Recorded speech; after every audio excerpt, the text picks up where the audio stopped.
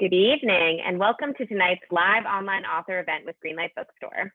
I'm Katie from Greenlight, and we're excited to host tonight's event with Little Old Lady Comedy for a night of readings and stand-up. Mary Cella of Little Old Lady will be your host and MC. Before we start, I just want to say a huge thanks to Mary and her crew of funny people for making this happen, and to all of you for showing up. Though we're not able to host events in our store spaces, our community of creators and readers is still here. We're grateful for your support and for the chance to make space for conversation and connection. Before we get started, there's just a few housekeeping things to go over. In our Zoom webinar tonight, you can see and hear the speakers, but they can't see or hear you. They can see that you're here though, and you can see a count of fellow attendees on the top of your Zoom screen, but the exact location will depend on what kind of device you're using. You're welcome to post your comments and thoughts in the chat. It's a great way to show your appreciation for the performers and to interact with fellow attendees. We are recording tonight's event, so look for video or audio versions on our social media channels later on. And importantly, if you'd like to continue to see free online programming like this, and if you'd like for Greenlight Bookstore to continue to stick around as part of our community, buying a book is the best way to make that happen. You might even hear some recommendations tonight. You can shop online at greenlightbookstore.com for shipping or store pickup, or stop into our store locations between 12 p.m. and 7 p.m. any day of the week. Our MC for this evening is Mary Cella, a stand-up comedian, writer, and co-founder/co-editor of Little Old Lady Comedy. She has been the host of the ongoing Little Old Lady Comedy series at Greenlight in both its in-person and virtual editions, so she knows what she's doing and you're in good hands. Please take it away, Mary. Thank you so much, Katie. Do I know what I'm doing? We will find out. Hi, everyone. Thanks for watching when you could be out doing something, unless you're unvaxxed, and I'm just not gonna get into that tonight. Oh, we got someone in chat. I didn't need to say that out loud. Okay, there we go. Having a meltdown already. It is good to be here. I'm coming off the best year of my life. I don't know about you guys. Just really feeling emotionally centered these days, trying to get back into the world. Just really feel like I'm thriving. I got very rich in the last year. That's been fun. Some investments just paid off big time. I found out while I was collecting unemployment on a yacht. So that was good timing. Just kidding. I've been on Medicaid for 3 or 4 years. I don't know, a couple trips to the Medicaid dentist and the brain starts to get a little fuzzy. Don't remember. Oh boy. We are so happy to be here tonight. I love Greenlight. If you're in Brooklyn, go shop at Greenlight. We'll be recommending books tonight. I don't want to brag, but I do read. I don't have a lot else going on these days, so I actually have been reading a lot. That still feels like a brag, even when I'm like negging myself. It still feels like a brag to say that you read in this day and age. And by read, I mean Twitter, and you can buy Twitter at Greenlight. I don't know what I'm talking about anymore. We have some really funny people here tonight. They've all written for a website called Little Old Lady Comedy. I started that website a few years ago with a friend of mine, and we publish funny stuff every day. So check it out, littleoldladycomedy.com. And now I'm just gonna get into it. I'm gonna read a piece I wrote a few months ago when we were still really in the thick of things. It was published on the New Yorker, and it's called, I've become one of those women who are always talking about their boyfriends, but in my defense, we haven't spent 1 minute apart in 10 months. Since the 6th grade, when my best friend Heather developed early and started going out with Mike, the cutest boy in our class, I've insisted that I'd never become one of those girls who's constantly talking about her boyfriend. By summer vacation, I knew every last thing about Mike, from which video games he played, all of them, to the fact that holding his hand felt like gently kneading warm bread dough, but in a good way. I was actually just telling my boyfriend, Kevin, this story, and he said, "You've already told me this." And of course he was right, because Kevin, who plays Super Smash Bros. Every day, and I have been quarantined together in a studio apartment for 10 months with nothing new to talk about. Then I told him a more recent story about the time my boyfriend and I went to the beach and a jellyfish stung him, and Kevin was like, "That story is about me." So I scratched the spot on his leg where he still gets a phantom itch, just below his left knee. I've always prided myself on being an independent woman, but once COVID-19 forced us into lockdown, Kevin, middle name Chris, became my rock, and I his, by which I mean that he and I are sedentary creatures, hunkered down together in a 300 square foot space. Since March 13, 2020, Kevin and I have done everything together, and I mean everything. Last week, he even removed my contacts because I was tired, and also because Kevin and I have lost track of whose face is whose. It's possible I've grown a beard. Of course, I've gone on socially distant walks with girlfriends, but they're always annoyed when Kevin, who works in tech and makes $115,000 a year, comes along. He needs fresh air too. Oh, sorry. He needs fresh air too, though. And also I'm worried that my fingers will fall off if he removes his hand, which feels like a pre-workout yoga mat, but in a good way, from mine. I've Zoomed with old pals, but always with Kevin, my boyfriend, who went to Tufts, the engineering school, not liberal arts. Always with my boyfriend Kevin present, because there's literally nowhere that he can go to avoid being on camera in our tiny shoebox of a home. Not even the toilet, which is in the kitchen, which is also the living room, bedroom, and office. Many people have been alone during this difficult time, and I feel blessed to be stuck in a single room with the love of my life, Kevin, who has also gotten really into cooking during quarantine, which means that I have as well, because Kevin, who's allergic to shellfish, and I are always together and can no longer do anything apart. For example, I'm currently typing with my left hand and Kevin with his right because he says it's important to support each other's art. His art is finger painting characters from The Sopranos using my thumbs as his brushes. His, Adriana, is beautiful. I was just telling my friend the other day, and by friend I mean mirror, because my therapist says that in order to regain any sense of individuality, I need to become my own best friend. That I swore I'd never be one of those women who goes on runs with her boyfriend. But now Kevin, who's a Sagittarius Sun, Scorpio Moon, and Libra Rising, and I run laps around the couch every morning. As a result, I am very dizzy. But guess who's always there to catch me? My boyfriend, Kevin, because our apartment is so small that all he has to do is reach out, even if he's on the opposite side of the room, which he never is. Actually, I was just talking to Mirror the other day about how I'm finally thinking of changing my name to Kevin, just to simplify conversation, because he, Kevin, and me, Kevin, are one Kevin, united in the name of Kevin. Plus, I absolutely refuse to be one of those women who says we all the time. They're pathetic. Okay, that was my piece. Thank you all for listening. Now I'm gonna bring in my friend and co-editor of Little Old Lady Comedy.com, Marisela Gonzalez. Hello, how are you? He, Kevin, and I, Kevin. Thank Oh you. man, I love this piece so much. I do. Still hits a little too close to home. Oh yes, 1,000,000,000%. Yeah. How are you? I'm good. Yes, good. Enjoyed the weather today, and as I told you, I'm going out of town on Saturday, so that is exciting, and it's really charged the week with sleeplessness.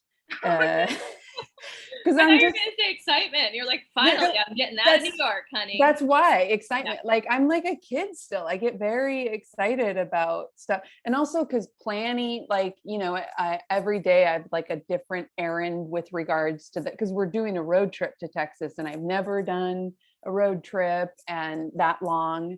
And I'm very excited about that aspect of it. But also, it's like we had to like.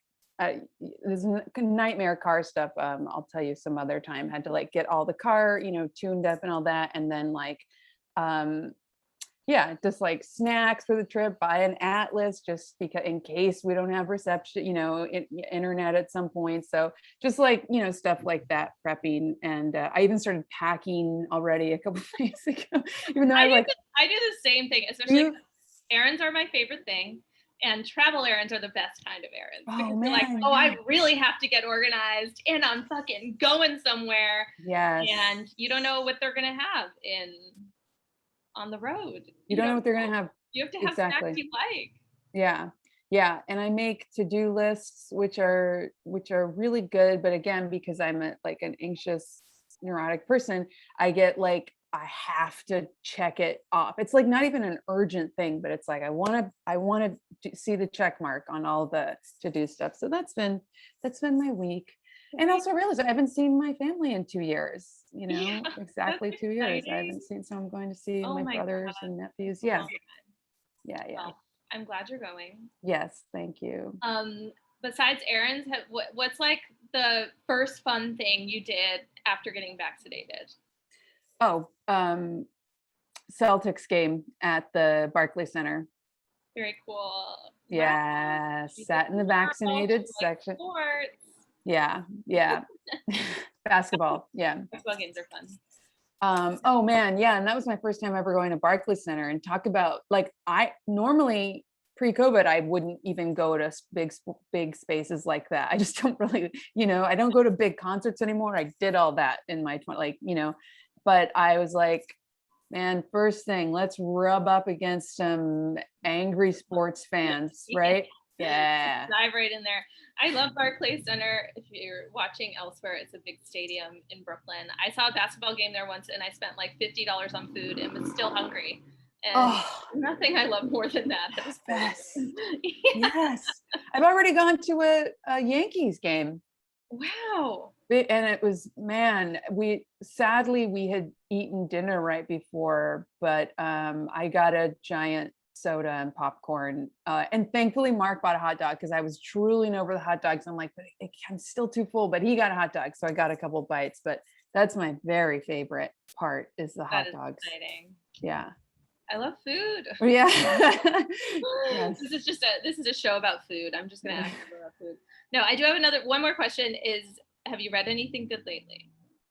Yes. So one of the Mary and I just did a book swap a month and a half ago or whatever. And one of the books that you gave me, the Rachel Cusk, Coventry. It's a collection of essays, and I've never read Rachel Cusk, and it is absolutely brilliant.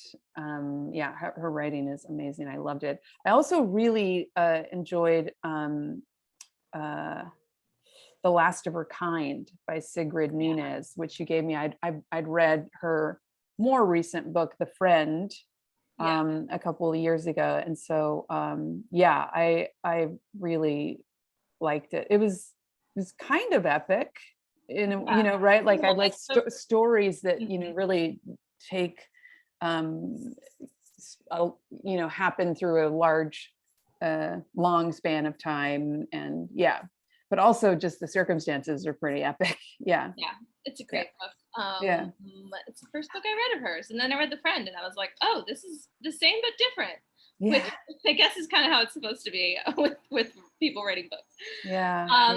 You gave me a great book that I really loved called All My Puny Sorrows by Miriam Chose, and it's really sad but also really funny, and I had to read it so fast because it is so sad and like affecting that it was like really affecting my mood. So I was like, I just got to finish this, but I loved it. And I bought like all her other books. So yes, I'm excited to read her other books too. Yeah. I really was blown away by the book. Yeah. So funny and moving. Yeah. I'm so glad you liked it. You too. Okay. After that little friendship powwow, you want to take it away and read your piece? Yes, I am. I'm actually reading an older piece because since Brett Kavanaugh has been back in the news, is everyone aware of this? Because the FBI apparently sent a letter, or Christopher Wray just sent a letter to the Senate about how back at the time of the confirmation hearings, they received 4,500 tips about Kavanaugh and the various behaviors, that I guess around the harassment and probably a myriad things, and they were not investigated. They were not followed up on. So he's back in the news right now. And I wanted to read this piece, even though it's from the time of the hearings. So here it is. This is called Brett Kavanaugh's Beer of the Month Club. Are you a person who likes beer and loves months like me, Brett Kavanaugh? Then join my Beer of the Month Club. Here's what you'll get. First month, Bud Right, my favorite refreshing light beer, Bud Right. Because if you're like me, you're right about everything. Second month, Anti-Labor IPA. For those of you that love IPOs and hate labor unions, it's a hoppy treat for the most discerning palate, and all proceeds go to the billionaire of your choice. Third month, the Broski. We all know that after a good workout at Tobin's with your bros, all you really want is more time with your bros and a few skis, right? That's what everyone wants, right? Don't you? Don't you drink beer? You drink brewskis, right? Fourth month, Ralph's Belgian style ale. For all you foodies, this beer goes great with all kinds of meals, from spaghetti and ketchup to grilled cheese sandwiches or whatever. I can't eat a lot because I have a weak stomach, but I can drink beer. You do too, right? You drink beer like me, don't you? Fifth month, Renate Alumnius. This beer is inspired by all my women friends that I have never had sex with or even wanted to have sex with, because that's not me. I have 65 women friends that would all attest to being my friend. Sixth month, Boof of Office Pilsner. This Pilsner celebrates the great nation and the seriousness with which I view the position of Supreme Court Justice.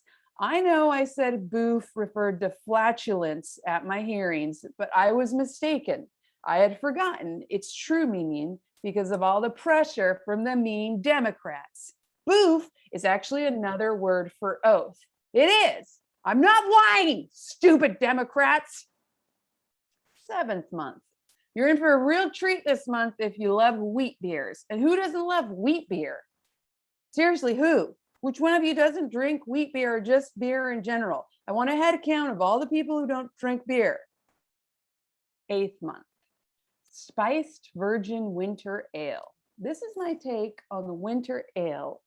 It's full of spices, and I was a virgin all through high school and college. Drink this beer when it's freezing and you need to warm up. What? My F key is broken. That's all. It's not sexual, okay? Stupid Democrats. Ninth month, Anti-Abortion Brown Ale. This beer is for those of you who, like me, respect women so much that you want to make all their decisions. 10th month, Devil's Triangle Stout. This beer is a tribute to the Devil's Triangle, which is a real place in England. It's this town that instead of having a town square, it had a town triangle, and the devil would come and drink beer there. That's true, stupid Democrats. 11th month, Hardtail Oatmeal Stout. This beer is named after all my hard work. I worked my tail off in high school, where I was captain of football, captain of workouts, and captain of coaching basketball. I continued to work my tail off at Yale College University, then at Judge Stuff. That's what hardtail refers to. It's not sexual, you stupid Democrats. 12th month, Keg. For the very last month, you will be receiving a very special keg of beer. That's right, a whole keg filled with beer. You know beer. You like beer, right? Beer, beer, beer, beer, beer, beer. And that's it. Woo! Great. Feels a little too realistic. I was worried some of the references are straight from the hearing and they may not be fresh in people's minds. But I got to say beer a bunch, and that's terrible person. Yeah. Okay, well, thank you so much. Yeah, thank you. See you soon. See you later. Okay, I'm going to bring in our next performer. She has written for Little Old Lady and all sorts of other places. It's Lindsay Hameroff. Hi, everybody. Hi, Lindsay. How are you? Good. How are you? I'm good. And where are you coming to us from? Harrisburg, Pennsylvania. How are things there? Is it hot? It's nice today. It's Okay. like a nice 80 today. It's nice here too in Brooklyn. Yeah, good. What's like the most fun thing you've done since you've returned to society, if you have returned to society? Now, I was thinking about this when we were talking about it before. I feel like the day we got the vaccine, my in-laws were like, "We're back." They just showed up. We're vaxxed. I know, kind of the most fun thing. We went to Hershey Park. We live pretty close to Hershey Park. Oh, fun. Yeah, I mean, we're in Pennsylvania. We went to Hershey Park. We went to the beach. We did come visit New York. That was fun. Oh, cool. You went to the beach in New York? No, I went to the beach, period. Also, I came to New York like a month ago. Oh, cool. What'd you do in NYC? I just came back to eat. Yeah. I lived in Brooklyn for 4 years, so I just came back to eat everything there. I had an agenda of food. Yeah. Just went down the line. That's what I've been working through my list of things I want to eat since I could go do that again. It's important. Mm-hmm. Yeah. Have you read anything good lately? So this is sort of an older book, but I just read Red, White, and Royal Blue by Keith McQuinton. Oh, it was popular like last year. Yeah, I've seen that all over the place. Yeah, now I'm reading her new book, which is One Last Stop, but I'm not finished that one yet. Oh, cool. Good. I'm going to recommend another book. I just read Family Lexicon by Natalia Ginsburg, who no one I've ever talked to has ever heard of, but she's like really famous in Italy. She was working during like the middle of the 20th century. And anyway, she's so funny. This is a book about her family, like during World War II. And it's like a lot of sad things happen, but it's mostly about her dad, like criticizing everyone. And I am Italian, and it hit a little too, it was like how is her father my grandfather? I don't understand. But anyway, I'm reading another book of hers, and she's wonderful, and her books are being republished in the US, so everyone should read them. And I'm sorry to take up so much time. I like to read. Much else going on. Lindsay, you want to take it away and read your piece? Sure. This has not been published anywhere yet. I did send it to McSweeney's on Monday, so tomorrow when he rejects it, I will be sending it out again to new places. But this is called, as a body positive swimsuit brand, we refuse to retouch our already flawless models. At True to You, we believe all bodies are beach bodies. Our company stands for female empowerment. We want our customers to feel confident in their own skin, which is why we pledge never to use photo editing tools to alter the appearance of the women on our site. Instead, we embrace authenticity by only hiring 90-pound models whose incomparable perfection and lack of several vital organs mean their photos will require zero retouching. Our mission is to set new standards in the fashion industry. That's why we're now carrying sizes ranging from 0 to 40. We are thrilled to offer swimsuits for all women, not just those who fit the limited sizing options of other apparel companies.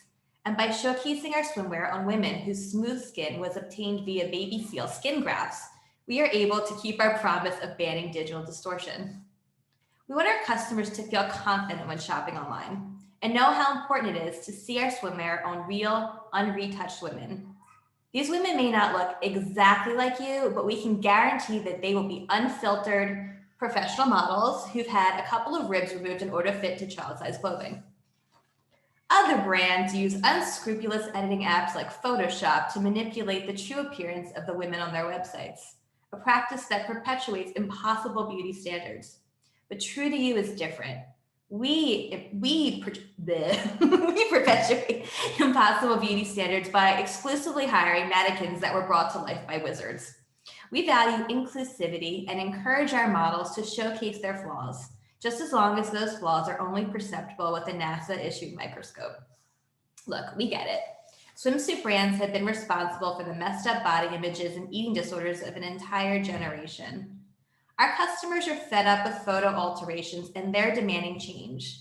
And because of our near paralyzing fear of losing market share, your input has inspired us. We want you to know that we hear you. We're listening, and we've made a real commitment to change while also making as little meaningful change as possible. So instead of relying on airbrushing, our models obtain beauty through realistic methods that any woman can achieve. A healthy diet, exercise, implants, juice cleanses, Brazilian butt lifts, tapeworm diets, anal bleaching, and a partnership with the makeup artist who transformed John Travolta into a woman for the film adaptation of Hairspray.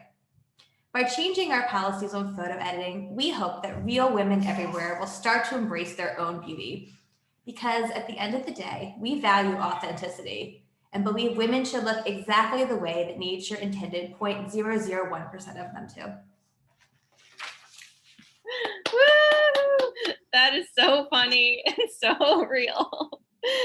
I haven't shared what the best thing I've done since coming out of quarantine is, and it's the most fun I've had is once again listening to like 25-year-old women talk about what plastic surgery they want to get and how they need to start Botox immediately. No judgment. Judgment. Anyway, that's great. Thank you so much, Lindsay. Thank you for having me. You're so funny. Thanks for doing the show. Okay, I'm going to bring in our next participant. She's really funny. She's written a couple of great things for Little Old Lady. Her name is Daisy Hobbs. Hey guys. Hi, Daisy. Hey. How are you? I'm doing good. I'm great. Yeah. Where are you coming to us from? I'm from the great old state of New Jersey, baby. Woo! Proud. My dog was just next to me. He's from New Jersey. He's a little Jersey boy. Cool. How's the weather there? Nice. Good. Yeah, good. It's hot. Yeah. Kind of off and on every day. So yeah. Cool. No complaints. What's the most fun you've had since coming out of quarantine? We just came back from San Juan, Puerto Rico, which is really cool. Ooh. Yeah, it was awesome. It was awesome. I can't wait to go back already. But That's great. that was really fun. Again. Yes. Out there. Yeah. Very cool. Do you have any other plans for exciting trips? No, I'm pregnant right now, so we're just focused on pushing out a baby in a couple months. So yeah. So I've just been, it's puking, it's all that stuff, it's writing. I'm in the home stretch. I'm almost there. So. Oh my God, when do you do? Yeah, I have 12 weeks to go. I'm doing October. Wow. So, well, you really don't look pregnant from the shoulders up. I mean, I don't. If I got up, you'd see it, but I'm too lazy to get up. Congratulations. I'm stuck in this position, but you'd see a big old stomach, underneath this. Wow. Yeah. So. That's exciting. Yes. Okay, I'm going to recommend another book. It's called The Woman Warrior. It's a very famous memoir from the 70s by Maxine Hong Kingston, and it's really cool. It's part like mythology and part actual memoir. It's really great. Daisy, have you read anything good recently? Yes. It's called Behold the Dreamers. It's a book. It may be like maybe 10 years old. It's like one of the Oprah's book club thing, I think, or something. It was so good. It's about a guy who comes from like Nigeria with his family to be not an Uber driver, like a car server. He drives a car for this rich guy that works at like Lehman Brothers when that was a thing. And he sees all the shit that this guy is doing, like cheating on his wife and like embezzling money. Like he sees everything because he's his driver.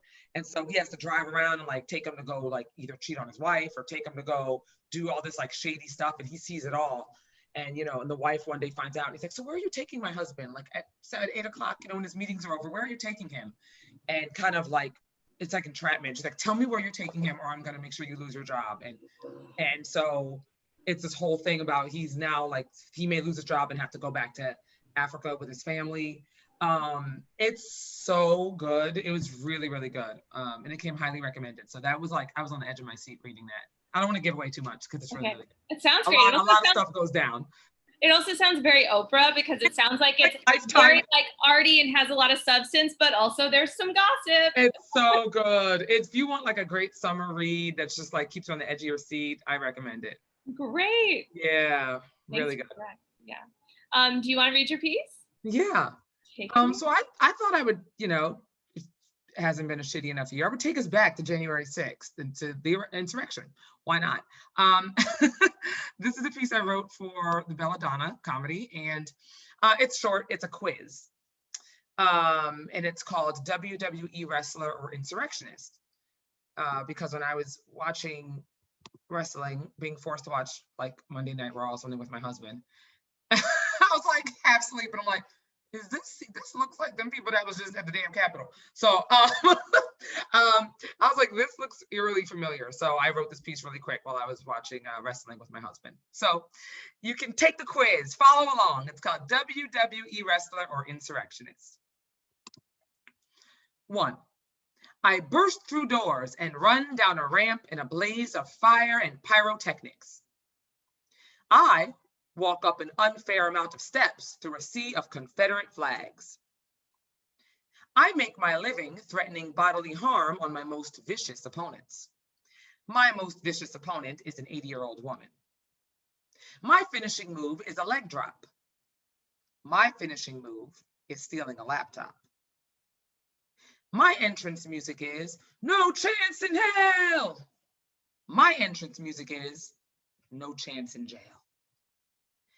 My signature tagline is "You can't see me." My signature tagline is "You can very easily identify me because I'm not wearing a mask." I climb the top rope and drop an elbow on your ass. I tried to scale a building and fell in the grass. My president is Vince McMahon. My president endorses the Klan. For 41 years, we've been rocking out and having fun. Hopefully, we'll be left in 2021. If you picked odd, odd answers, that was WWE. Evens were insurrectionists. So.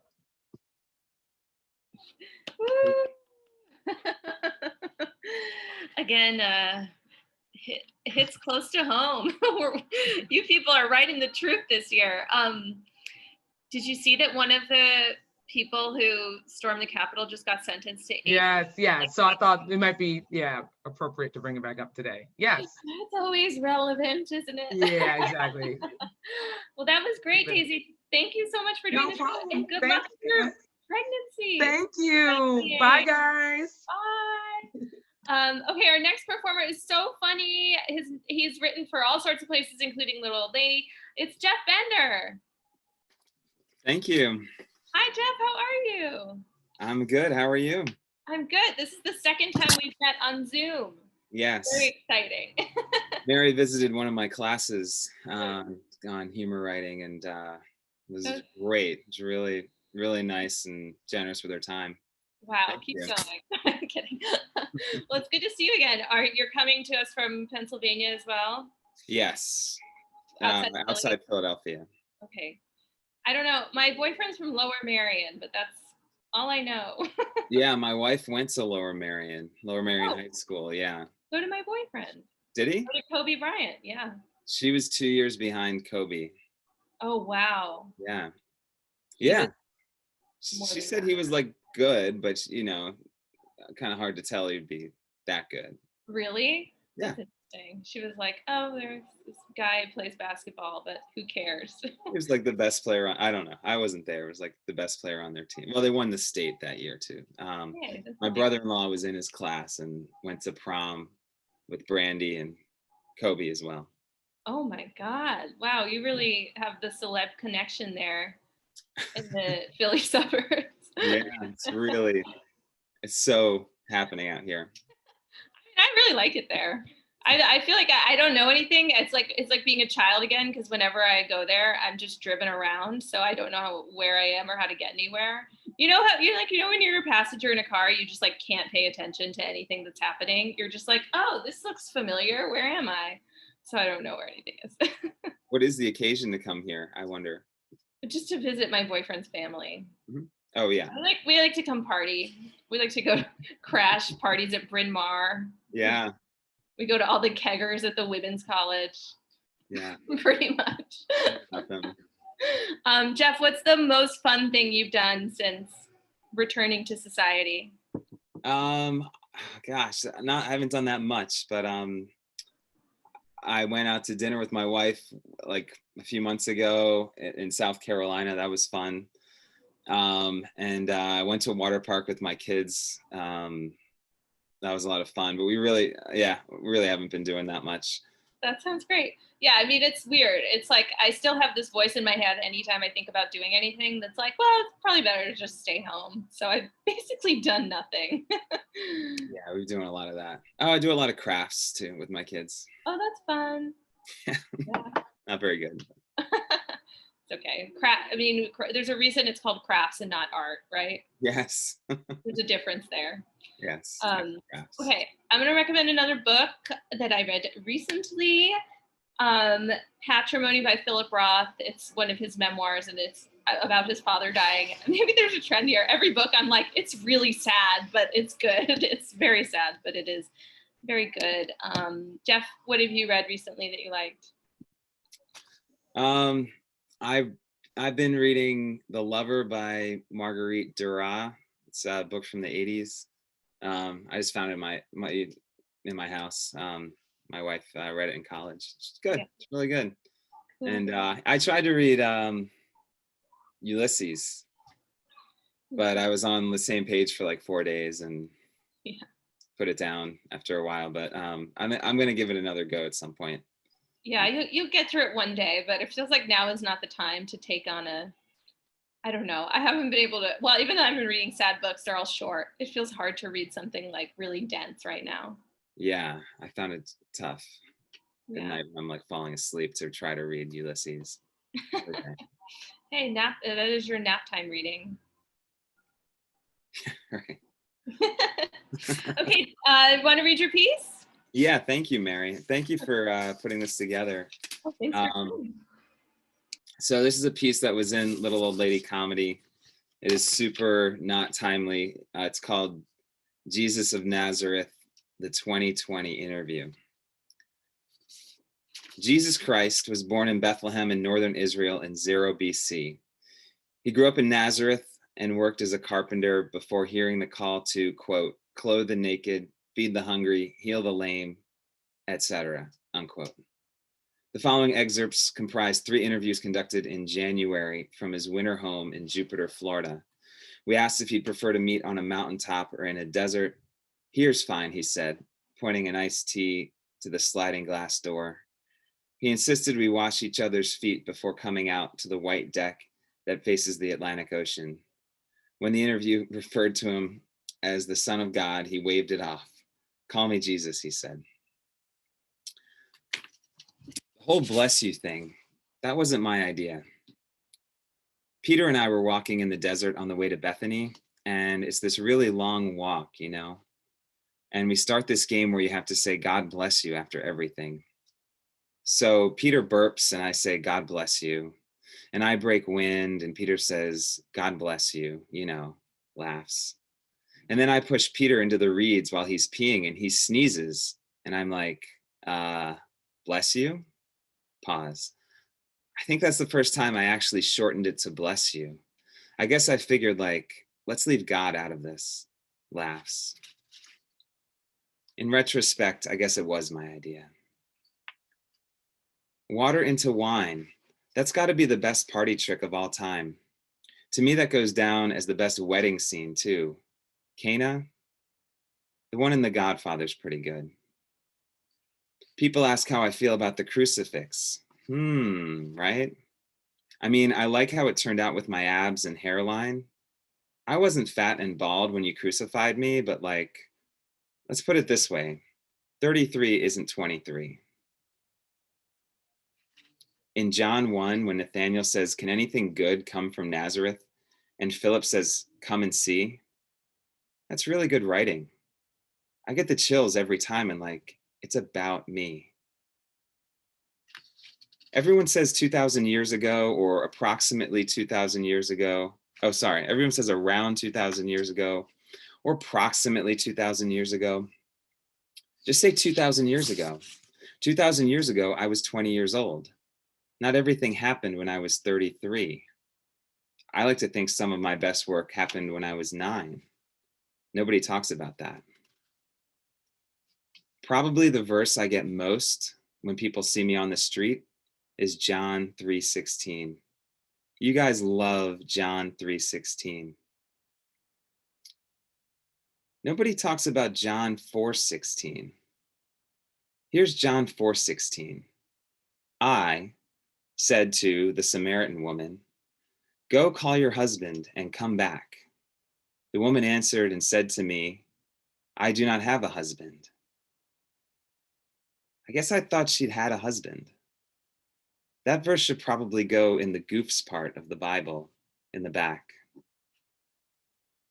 Where in the Gospels does it say I don't like gay people? Some of my best friends were gay. John was gay. I think people actually like to put labels on me.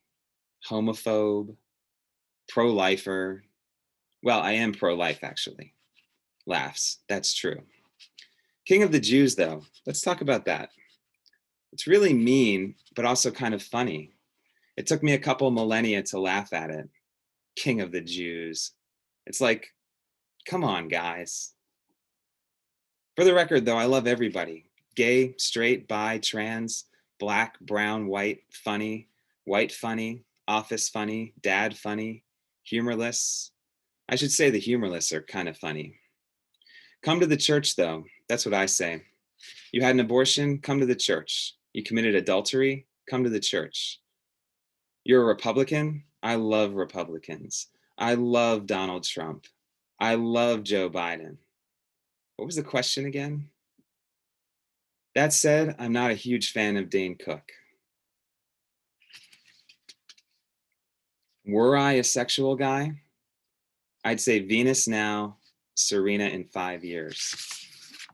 I mean, bro, I got eyes. In the past 10 years, nobody's funnier than Key and Peele and Fred and Carrie on Portlandia.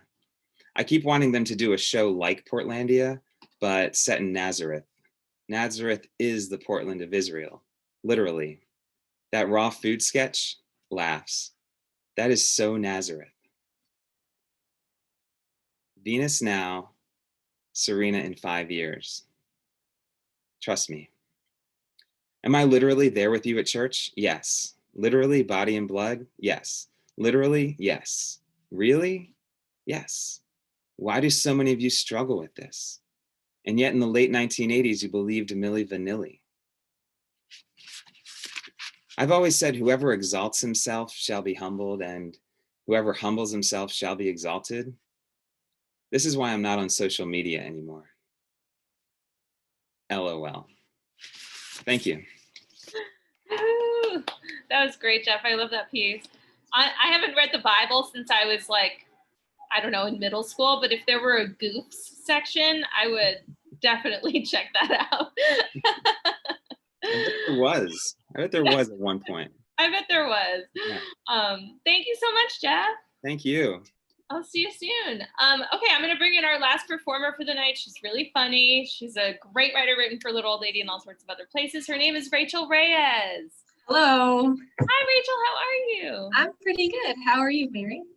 I'm great. I'm happy to be here. Where are you right now? I'm in Minneapolis. Oh, how's it there? Yeah, it's good. We're in a really bad drought right now, but otherwise, things are going. Cool. I've never been. I hear it's a great city. It is. Yeah. And I'm only a little biased having lived here most of my life. So, yeah. Well, then, hey, you know the cool things to do. What is the most fun thing you've done since getting back out there? My husband and I went to a baseball game about a month ago. Cool.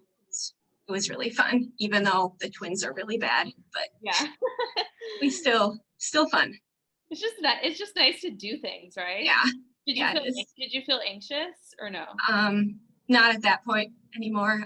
Yeah. It was outside, so it was a nice and slow introduction back to the real world. Yeah, that's good. I'm surprised how quickly I'm adjusting back. Like sometimes when I think of doing things, I get nervous, and then the second I'm there, I'm like, this is great. You know, it's just so fun. Cool. Okay, I'm gonna recommend another book. My Education by Susan Choi, another one Marisela gave me. It's really great. It's about sex and intrigue in grad school, and she's a great writer. And I just bought a bunch more of her books because I really liked it. Rachel, have you read anything good recently? Yes. I recently just finished a book called We Are Not Free by Tracy Chee. It's historical fiction taking place in the 40s. It's about some Japanese teenagers who get interred with their families during that time here, and it was really interesting. I don't really know much about that time in history, so it was nice, really interesting to read about. Very cool. Thanks for the recommendation. Mm-hmm. You want to read your piece? Yes. So this is a work in progress. I went to a wedding a few weeks ago, and it just got me thinking. It's called, I'm the $300 fork on your friend's wedding registry, and it looks like you're stuck buying me. So you waited until the last minute to buy your friend a wedding gift, huh? Bet you regret that now, sucker. Everyone else snapped up the reasonably priced registry items long ago, and now, the day before the wedding, all that's left is me, the $300 fork. Guess you're not eating this month. Can you stop cursing at the screen? I may just be an effing $300 fork, but this isn't a picnic for me either. Ever be the last one to get picked for teams in gym class? First went the dish towels, the muffin pans, bed sheets, the normal, popular stuff, whatever. But I got nervous when people bought the gourmet popcorn machine, the 80-piece fondue set, the quesadilla maker. Really, I thought? That overpriced waste of space quesadilla maker got picked before me? Soon, all that was left was me and the 5-tier chocolate fountain shaped like a naked clown. And even that was eventually bought by the groom's rich uncle. I was alone on the registry for weeks like a total loser. But now you're here and I'm saved. And honestly, I have no idea why I'm $300. Am I made of gold? No. Crusted with diamonds? Yeah, right. I'm just some sort of metal, I think. Or maybe I was carved from the tusk of the last white rhino on Earth. Or maybe Morgan Freeman once used me to eat orange chicken because he's bad with chopsticks.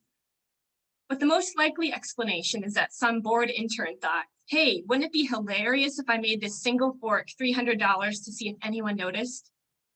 Okay, I know you're mad. I know you want to stab yourself repeatedly in the eye with my overpriced tines. But don't blame me. I didn't ask to be here. The bride put me here. You know, the same bride who made you spend $1,000 on a bridesmaid dress, makeup, and jewelry, who insisted that you use up all your vacation time to fly back for every engagement party, bridal shower, and bachelorette weekend in Mexico. Are you surprised that she'd ask for a $300 fork? And I know what you're thinking. What are the bride and groom going to use a $300 fork for anyway? Eat beluga caviar on a spaceship to Mars? Use it as a fancy hair comb, a la Ariel from The Little Mermaid? No. The correct answer is nothing.